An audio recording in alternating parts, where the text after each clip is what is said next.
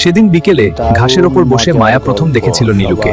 ছোট্ট, নরম কিন্তু অদ্ভুত আপন। একটা খেলনা নয়, নীলু যেন হয়ে উঠল মায়ার সত্যিকারের বন্ধু।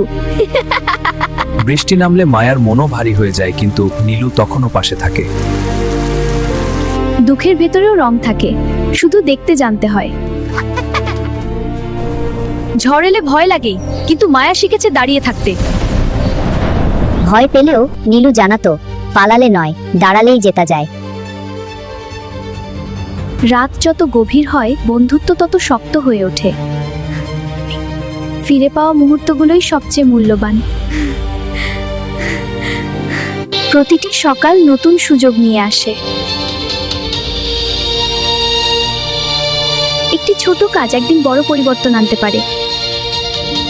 আমরা একে অপরের সাহস হয়ে থাকব সব সময়।